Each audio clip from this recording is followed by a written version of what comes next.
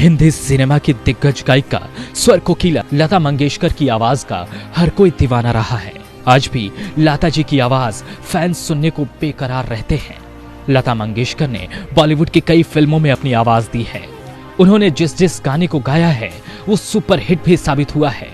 लता मंगेशकर के बारे में हमेशा से यह चर्चा रही है कि जब वह 33 साल की थीं तो उन्हें किसी ने जहर देकर मारने की कोशिश की थी। अब स्वर कोकिला ने इस किस्से पर अपनी प्रतिक्रिया दी है। उन्होंने एक इंटरव्यू में दावा किया है, हम मंगेशकर से इस बारे में बात नहीं करते क्योंकि यह हमारी जिंदगी का सबसे भयानक दौर था। साल था 1963। मुझे इतनी कमजोरी महसूस होने लगी कि मैं बेड से भी बमुश्किल उठ पाती थी। हालात ये हो गए कि मैं अपने दम पर चल फिर भी नहीं सकती थी। जब लता जी से पूछा गया कि क्या यह सच है, डॉक्टर्स ने उन्हें यह कह दिया था कि वे फिर कभी नहीं गा पाएंगी, तो जवाब में उन्होंने कहा, यह सही नहीं है। यह मेरे धीमे जहर के इर्द गिर्द बुनी गई एक काल्पनिक कहानी है। डॉक्टर ने मुझे नहीं कहा था कि मैं कभी नहीं गा पाऊंगी। मुझे ठीक करने वाले हमारे फैमिली डॉक्टर आरपी कपूर ने तो मुझसे यह तक कहा था कि वे मुझे खड़ी करके रहेंगे। लेकिन मैं साफ कर देना चाहती हूँ कि पिछले कुछ सालों में यह गलतफहमी हुई है। मैंने अपनी आवाज नहीं खोई थी। आगे उन्होंने बताया, इस बात की पुष्टि हो चुकी थी कि मुझे धीमा जहर दिया गया था। 3 महीने तक बेड पे रहने के बाद मैं फिर से रिकॉर्ड करने लायक हो गई थी।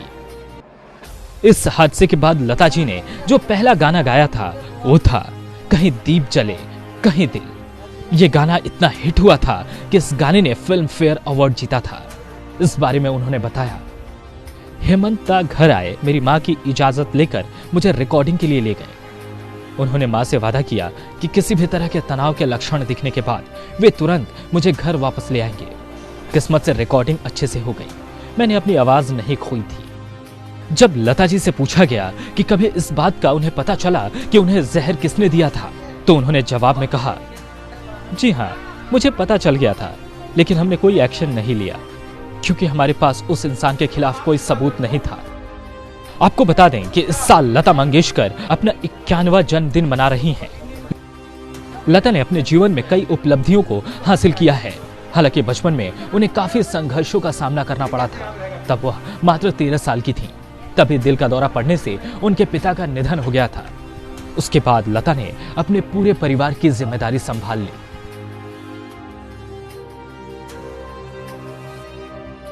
अपने शहर, अपने प्रदेश की ताजा खबरों के लिए लाइक करें, शेयर करें, सब्सक्राइब करें और हाँ, बेल आइकन दबाना ना भूलें, क्योंकि खबर हमारी, फैसला जनतंत्र का।